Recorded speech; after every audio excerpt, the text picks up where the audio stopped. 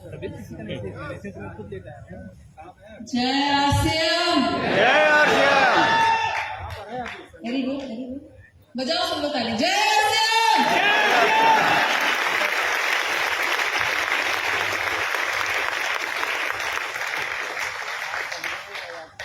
नमस्कार। मेरा नाम अंजलि कोठारी है, मुकेश जी की पहली डॉटर हूँ। और एक बात क्लियर करना चाहती हूँ आपके साथ, मैं आपको सच्ची में कुछ नहीं सिखा सकती, मेरे अंदर इतनी नॉलेज ही नहीं है। आप लोग मेरे को किसी भी टॉपिक के ऊपर बहुत अच्छे से समझा सकते हैं। इनफैक्ट आरसीएम के बारे में भी आप लोग ज़्यादा ज्ञान है। और मुझे क्या थोड़ा डर लगता है आप लोगों के सामने बात करने में, देखते बड़े बड़े लीडर के सामने बात करने में डर लगता है कि कुछ गलत बोल दिया तो सब लोग आएंगे पीछे नहीं। बट जैसे एक बार पापा ने अभी बताया, आरसीएम 23 साल का और मैं 24 साल की, तो शायद जो बढ़ती हुई स्टेज है ना आरसीएम की और मेरे पापा का जो करियर है वो शायद मेरे से अच्छा ज़्यादा भी जान नहीं सकता, क्योंकि मैंने शुरुआत से पढ़ती थी। और आज आपको मैं अपने साथ एक जर्नी पे लेना चाहती हूँ। ये जर्नी है मेरे 3 रियलाइजेशंस की। कितने? 3 रियलाइजेशंस की। ये जर्नी के साथ में सबको मेरी जर्नी के बारे में, इन 3 रियलाइजेशंस के बारे में सबको इसलिए बताती हूँ क्योंकि ये बहुत बेसिक से पॉइंट्स है। ये मेरी स्टोरी है, बट ये सभी इंडियंस की स्टोरी है। जो भी मेरी एज का है, जो भी मेरी जेंडर की लड़कियां हैं, सबकी स्टोरी है। तो रिलेट करने में प्रॉब्लम नहीं होगा। शुरुआत करूं? बात शुरुआत होती है जब मैं बहुत छोटी थी। मैं बहुत छोटी, आप में से बहुत सारे लोग जो बहुत समय से आरसीएम कर रहे हैं, शायद आप लोगों को पता होगा, मैं और मेरी छोटी बहन ना स्टेज पे आ जाते थे पापा के साथ, और पीछे है ना वो जो कन्फेटी होती है वो उछालते रहते थे। उधर से मेरी शुरुआत हुई है आरसीएम की। तब मेरे को कुछ समझ में नहीं आता था मेरे पापा करते क्या है। मुझे बस ये पता था कि स्टेज पे आ जाते, बात करते थोड़ी देर, बस यही पता था। और मेरे को भी स्टेज पे जाने का मौका मिलता था पापा की वजह से। बट फिर धीरे धीरे जब मेरे अंदर समझ आई, ये मैं आपको बता रही हूँ बात जब मैं 3rd क्लास में हुआ करती थी या फिर 4th क्लास की बात, बहुत छोटी बच्ची थी, तब फिर भी थोड़ा दिमाग चलने लगा। अब तो नहीं होगा? कहाँ पे थी यार, भुला गया। छोटी बच्ची 3 साल से 4 साल। हाँ, मैं 3rd क्लास में या फिर 4th क्लास में हुआ करती थी। और उस समय मेरे पापा मम्मी ने मेरे को एक शिमला ट्रिप पे भेजा था स्कूल के साथ जाया। तो मेरे को मेरे पापा मम्मी ने एक 3rd क्लास के हिसाब की एक बच्ची के हिसाब से 200-300 रुपए साथ में भेजे थे, क्योंकि स्कूल तो खाना पीना वगैरह देख ही रहा था। सिर्फ घूमने के लिए कुछ अगर मेरे को खरीदना हो वगैरह तो मेरे को 200-300 रुपए दिए थे। और उसी समय जब हम लोग शिमला पहुंचे, मेरी टीचर ने मेरे को बोला कि इस पैसों से ना अपने घर वालों के लिए कुछ लेके आ जाओ, कुछ प्रेजेंट ले लो। आप लोग भी करते हो ना, कहीं घूमने जाते हो तो घर वालों के लिए कुछ लेके आते हो। मैंने भी किया था। मैं मेरी मम्मी के लिए बहुत अच्छी शॉल लेके आई, मैं मेरी बहन के लिए बहुत अच्छे इयररिंग्स लेके आई, और मैं मेरे पापा के लिए एक पेन लेके आई थी, वुडन पेन। मुझे अच्छे से याद है, शिमला से एक वुडन पेन लेके आई थी। और मैं जब वापस से भिलवाड़ा आई, मैंने पापा को वो पेन दिया। आप मानेंगे नहीं मेरे पापा ने क्या किया। मेरे पापा ने वो पेन फेंका और बोला ये आरसीएम का नहीं है, मैं यूज नहीं करूंगा।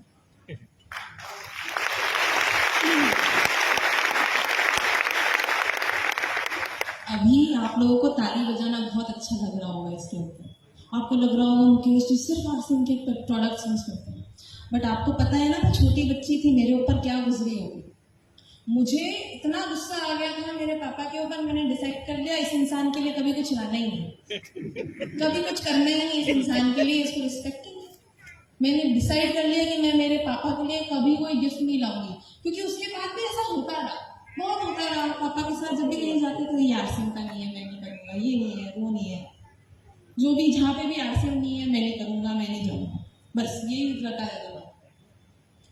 और फिर क्या धीरे धीरे जब भी है ना बहुत सारे हमारे घर पे ड्राइंग रूम भरा हुआ रहता था आरसीएम के जो भी लोग बाहर ज्वाइन करना चाहते थे, जो एग्जिस्टिंग डिस्ट्रीब्यूटर्स थे, तो हमारा घर उससे भरा हुआ रहता था। लोग बाग कई बार 5 बजे सुबह आ जाते थे हमारे घर के लॉन में बैठने के लिए, क्योंकि उनको हमारे पापा के साथ मीटिंग कहीं और जाना रहता था, तो सुबह 5-5 बजे आ जाते थे लोग बाग। और ऐसा गुस्सा आता था, ऐसा गुस्सा आता था कि यार ये लोग तो ठीक है, मेरे पापा, ये इनकी वजह से मैं क्यों डिस्टर्ब हूँ। अब ये लोग बाग आते तो परेड तो मेरी और मेरी बहन की लगती है ना, है परेड तो हमारी लग जाती है। तो दिमाग खराब हो गया, डिसाइड कर लिया मैंने आरसीएम तो बिल्कुल खराब चीज है, ऐसी चीज है जो मेरे से कभी नहीं होगी, पापा कर लेते ठीक है। इतनी हेट हो गई थी आरसीएम की वजह से। धीरे धीरे जैसे बड़ी हुई, तो जैसा नॉर्मली एक इंसान करता है, आपको लगता है कि अगर आप पापा का काम हैंडल नहीं कर सकते हो तो आप जो भी चीज में अच्छे हो उसके ऊपर डिग्री ले लेते हो, और डिग्री लेने के बाद उसी में काम करते हो। मैंने भी वही पाथ फॉलो किया। जब मेरी 12th खत्म हुई, मुझे अच्छे से याद है, मैं पापा से डिस्कस कर रही थी 12th खत्म होने के बाद कि क्या करना है। तो पापा ने बोला तेरे को फैशन में पसंद है, फैशन में इंटरेस्ट है, तो क्यों नहीं फैशन ट्राई कर ले। मैंने ट्राई कर लिया। मैंने बोला कि यार फैशन में इंटरेस्ट है, डिजाइनिंग में इंटरेस्ट नहीं है, फैशन डिजाइनिंग नहीं करनी है, खुद को फैशन में कुछ और बढ़ के करना है। तो मैंने फैशन कम्युनिकेशन, मतलब आपके कपड़ों के द्वारा या फिर फैशन की मार्केटिंग सबसे इजी वर्ड्स में समझा सकती हूँ कि जैसे आप कपड़े खरीदते हैं, डिजाइनिंग तो सिर्फ 20% प्रोसेस होता है कपड़ों के लिए, उसका रेस्ट 80% फैशन मार्केटिंग होती है, तभी आप बड़ी बड़ी ब्रांड्स को बड़ी मानते हो। तो मैंने उसमें अपनी क्वालिफिकेशन की,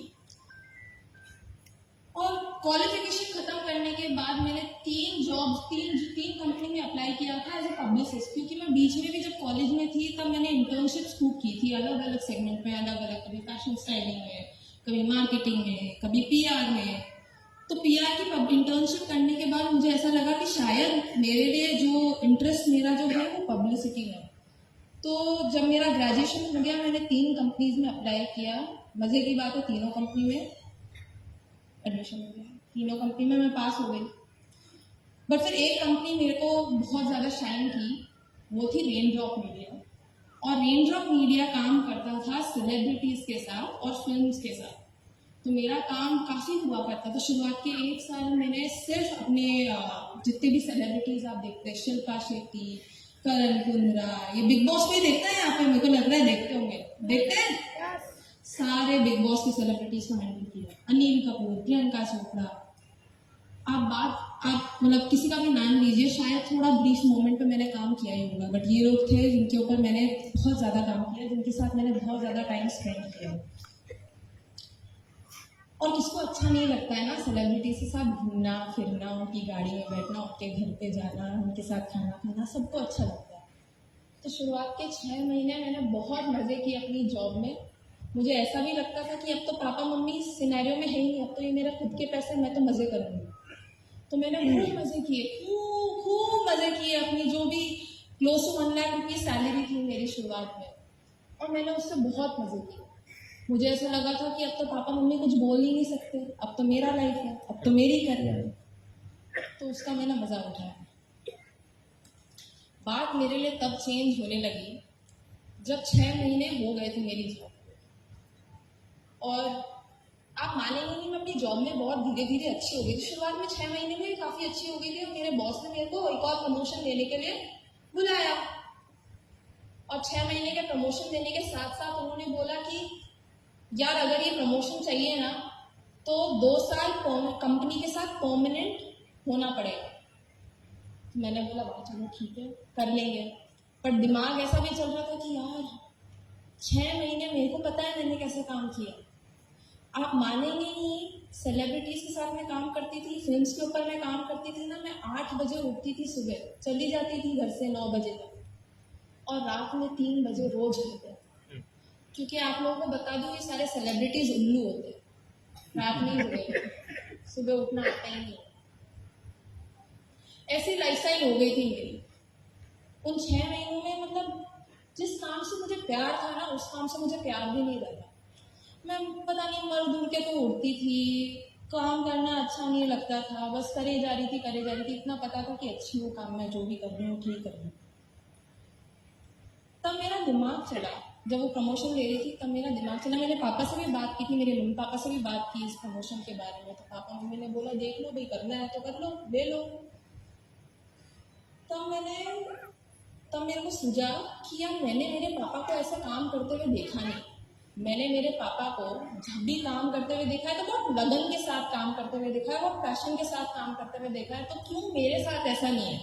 मुझे पता है कि मैं अच्छी हूँ मेरे काम में, मुझे पता है कि हाँ पैसे भी बन सकते हैं, सब कुछ जितनी भी करियर अपॉर्चुनिटीज होती है वो मैं एक्सप्लॉइट कर सकती हूँ इस काम के थ्रू। बट जो चाहा, जो पैशन मैंने मेरे पापा के मन में देखा था उनके काम के प्रति, मैंने कभी मेरे अंदर देखा ही नहीं। मुझे ऐसा लगता था मैं बस कर रही, किसके लिए कर रही हूँ मुझे भी नहीं पता, मुझे खुद को भी मजा नहीं आ रहा है काम करने में, मैं तो बस कर रही हूँ। जब ये रियलाइजेशन हुआ ना मेरे को, तब मेरे को अभी बताती हूँ कि शायद मेरे को लगा कि शायद मेरे पापा जो करते हैं ना वो मेरे से तो अच्छा ही है। उस समय फिर भी ऐसा नहीं सोचा था कि हाँ चलो पापा का बिजनेस क्या आरसीएम का बिजनेस ज्वाइन करूँगी। कभी ऐसा नहीं लगा था, मैंने कब सोचा ही नहीं था कि मैं पापा की राह पे चलूंगी, कभी भी नहीं। बस ऐसा ही पता था कि बस हाँ जो पापा करते हैं वो अच्छा है, वो मेरी राह नहीं है, मेरे को बस ढूंढने की जरूरत है जो मेरे को करना है, शायद वो मेरे को अभी तक मिला नहीं है। तो मैंने इसी चक्कर में दूसरी कंपनी ज्वाइन कर ली, क्योंकि मेरी डिग्री थी फैशन में। तो मैं पहले पीआर करती थी ना, पहले पब्लिसिटी पीआर करती थी और फिल्म्स पीआर करती थी। अब मैं फैशन पीआर करने गई थी। फैशन पीआर में आप लोगों ने सब्यसाची का नाम सुना होगा, सुना है? कुछ भी बहुत कम लोगों ने सुना है, या सब लोग बोल ही नहीं रहे, चुप बैठा रहना अच्छा लगेगा है? नहीं सुना। नहीं सुना है? लड़कियों ने सुना होगा, हाँ लड़कियों ने सुना होगा। आप जितनी भी बड़ी सेलिब्रिटीज देख लो, सबकी शादी में, उन सबकी शादी में अगर उनका लहंगा देखोगे तो सबके लहंगे सब्यसाची के लहंगे होते हैं। या फिर एक और डिजाइनर है, आप लोगों को पता नहीं होगा शायद उनके बारे में, अबू जानी संदीप। उनके डिजाइनर लहंगे ही 10 लाख से चालू होते हैं, 10 लाख। और 10 लाख तो सबसे बारीक काम वाले, ऐसा भी नहीं लगेगा कि आपने सब्यसाची करनी। मैंने इतने बड़ी ब्रांड के साथ काम किया, लगा क्योंकि मेरे को ऐसा लगा शायद चेंज ही उस समय बेटर ऑप्शन रहेगा मेरे लिए। तो मैंने चेंज कर दी अपनी नौकरी, और उसमें भी बिल्कुल भी मजा नहीं आ रहा, दिमाग खराब हो गया। वो तो सिर्फ 3rd क्लास में ऐसा दिमाग फ्राई हुआ कि मैंने पापा को बोला, पापा यार बिल्कुल भी मजा नहीं आ रहा है काम में, क्या करूं? पापा ने बोला अब तो तेरी जर्नी, तू डिसाइड कर। ये मैं आपको स्टोरी इसलिए बता रही हूँ क्योंकि ये मेरा फर्स्ट रियलाइजेशन था कि क्यों मेरे पापा, मुझे जब लगने लगा कि शायद मेरे पापा कुछ करते हैं और अच्छा ही करते हैं और उनकी लाइफ अच्छी है। ये था मेरा फर्स्ट रियलाइजेशन। यहाँ पे इस समय मैं आरसीएम के बारे में बिल्कुल भी नहीं सोच रही थी, आरसीएम से लेना देना ही नहीं था, ए 1 हैंड डिस्टेंस, बिल्कुल दूर रहा करती थी मैं आरसीएम से उस समय। फिर सेकेंड रियलाइजेशन मेरे को ये हुआ, अभी शायद आप लोगों से बहुत कम लोगों को समझ में आएगा जो मैं बोलने वाली हूँ, पर ये मेरे लिए बहुत बड़ा फैक्टर था। शायद मेरे जनरेशन के जो लोग हैं उनको समझ में आ जाएगा, बट जो मेरी जनरेशन के नहीं है उनको मैं समझाना चाहती हूँ। आप में से कितने लोगों ने AI आर्टिफिशियल इंटेलिजेंस का नाम सुना? हाथ खड़ा करके बता दीजिए। बहुत, आई थिंक 20% लोगों ने सुना। आर्टिफिशियल इंटेलिजेंस, अगर आपको आसान सी भाषा में समझाऊं, आर्टिफिशियल इंटेलिजेंस का मतलब है कि आप जो चीजें मैन्युअली करते हैं वो कंप्यूटर्स करने लग जाए। आपका सारा डेटा, सब कुछ जो करता है वो कंप्यूटर अपने आप आराम से कर देता है। माने कि जैसे जो मेरी एज के नहीं है, जो मेरे दादा की एज के हैं, दादी की एज के हैं, वो उस समय बात करते थे कि यार जब हम लोग बुढ़े हो जाएंगे ना, तब देखना पूरे कंप्यूटर्स पूरी दुनिया में काम करेंगे, इंसानों की जरूरत ही नहीं पड़ेगी। और अब ये बताते हुए बहुत ज्यादा उनको आश्चर्य होगा कि ये चीजें होने लग गई है। आजकल ऐसा काम कोई सा भी नहीं है जो एक कंप्यूटर नहीं कर सकता, जिसके लिए इंसान की जरूरत है। ऐसा कोई सा भी काम नहीं है, आपकी सारी चीजें कंप्यूटर कर सकती है। और ये मेरे लिए इसलिए इतना बड़ा फैक्टर था क्योंकि मेरा कई बार काम हुआ करता था जर्नलिस्ट से, मीडिया चैनल से। कई बार क्या होता था, क्योंकि मेरी पब्लिसिस्ट की नौकरी थी, कई बार जो न्यूज़ आप देखते हैं ना, वो न्यूज़ पहुंचाने का काम मेरा होता था, क्योंकि मैं पब्लिसिटी कर रही थी। तो मेरे को जर्नलिस्ट से बहुत ज़्यादा टच में रहना पड़ता था। आप जितनी भी न्यूज़ देखते हैं ना, वो शायद मैं कभी कभार स्क्रिप्ट कर देती थी, क्योंकि जर्नलिस्ट की आदत होती है ऊटपटांग लिखना, तो उनको कंट्रोल करके रखना पड़ता है। इस कंट्रोल के पीछे कई बार मेरे को न्यूज़ या फिर आर्टिकल खुद बना के लिख के देने पड़ते थे। हाँ सर, पैसा उनसे लेना। उस काम को आज के 1 साल पहले मैं 2 दिन में करती थी, यानी कि मैं उसकी रिसर्च करती थी पहले, फिर उसके बारे में लिखती थी, फिर उसके अप्रूवल्स होते थे, बहुत सारे राउंड्स चलते थे, एक न्यूज़ आर्टिकल को पब्लिश करने के पीछे बहुत ज़्यादा माथापच्ची होती थी। बट आज के 6 महीने पहले एक टेक्नोलॉजी आई जिसका नाम है चैट जीपीटी। कितने लोगों ने सुना है चैट जीपीटी के बारे में? बहुत लोग। चैट जीपीटी एक ऐसा माध्यम है जिससे आप सिर्फ उसको बोलो कि देख भाई मैं एक स्पीच देने जा रही हूँ, तेरे को ये स्पीच तैयार करनी है। मेरे पापा को जब मैंने चैट जीपीटी के बारे में बताया तो पापा ने वही किया। पापा ने बोला मैं अपनी डॉटर से नाराज हूँ, एक लेटर लिखो। तो चैट जीपीटी ने पूरा लेटर लिख दिया। मतलब चैट जीपीटी ने आज जो मेरा 2 दिन का काम था वो 5 मिनट का काम बना दिया। और ये तो सिर्फ शुरुआत है। मुझे बस इसी से पता चल गया था कि ये फ्यूचरिस्टिक जॉब है ही नहीं। शायद मेरी जॉब मेरी भी नहीं रहेगी आने वाले 5 सालों में। ये तो सिर्फ शुरुआत है, ये तो सिर्फ आर्टिकल लिखना है। शायद बड़ी बड़ी चीजें कंप्यूटर्स कर लेंगे आने वाले फ्यूचर में। तब मेरे को रियलाइज हुआ कि मेरी जॉब मेरी रहेगी नहीं। बट डायरेक्ट सेलिंग ऐसा बिजनेस है जो कभी कोई कंप्यूटर कर ही नहीं सकता, आपके हाथ से कोई छीन नहीं सकता।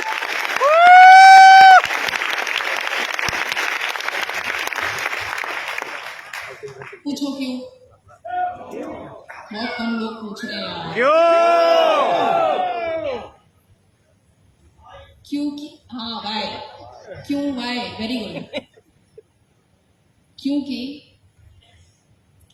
डायरेक्ट सेलिंग में आपको ह्यूमन इमोशंस बनाने पड़ते हैं, ह्यूमन इंटरेक्शंस क्रिएट करने पड़ते हैं, लोगों के साथ बात करनी होती है। जब कोई कंप्यूटर वो बात करना जानता ही नहीं है तो आपकी नौकरी कोई कंप्यूटर कैसे ले सकता है? पॉसिबल ही नहीं है।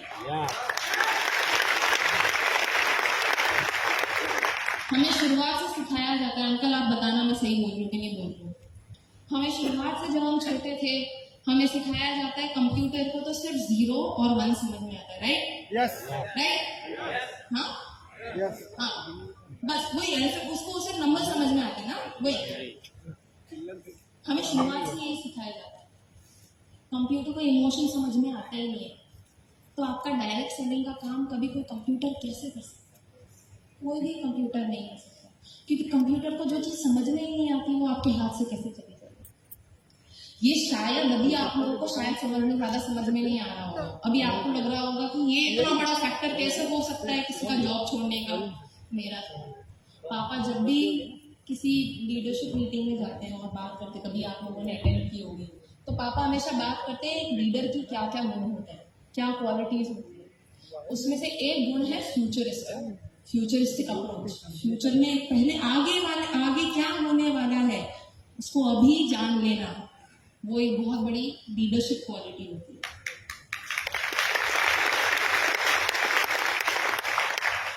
और ये चीज़ मेरे को समझ में आई। मैंने बोला शायद मेरी नौकरी तो मेरे हाथ में अभी तो पैसे मिल रहे हैं, शायद आने वाले फ्यूचर में रहेगी नहीं। और अभी भी ऐसा ही लग रहा था, आज से तो करना नहीं है, बस ऐसे ही लग रहा था कि हाँ चलो पापा की नौकरी हमेशा रहेगी, पापा की नौकरी फिक्स है। मुझे मेरा नहीं पता था, बस ये फ्यूचर लग रहा था कि हाँ शायद इसके अंदर कुछ ना कुछ है। थर्ड रियलाइजेशन मेरा ऐसा था, उसकी भी एक अलग स्टोरी है।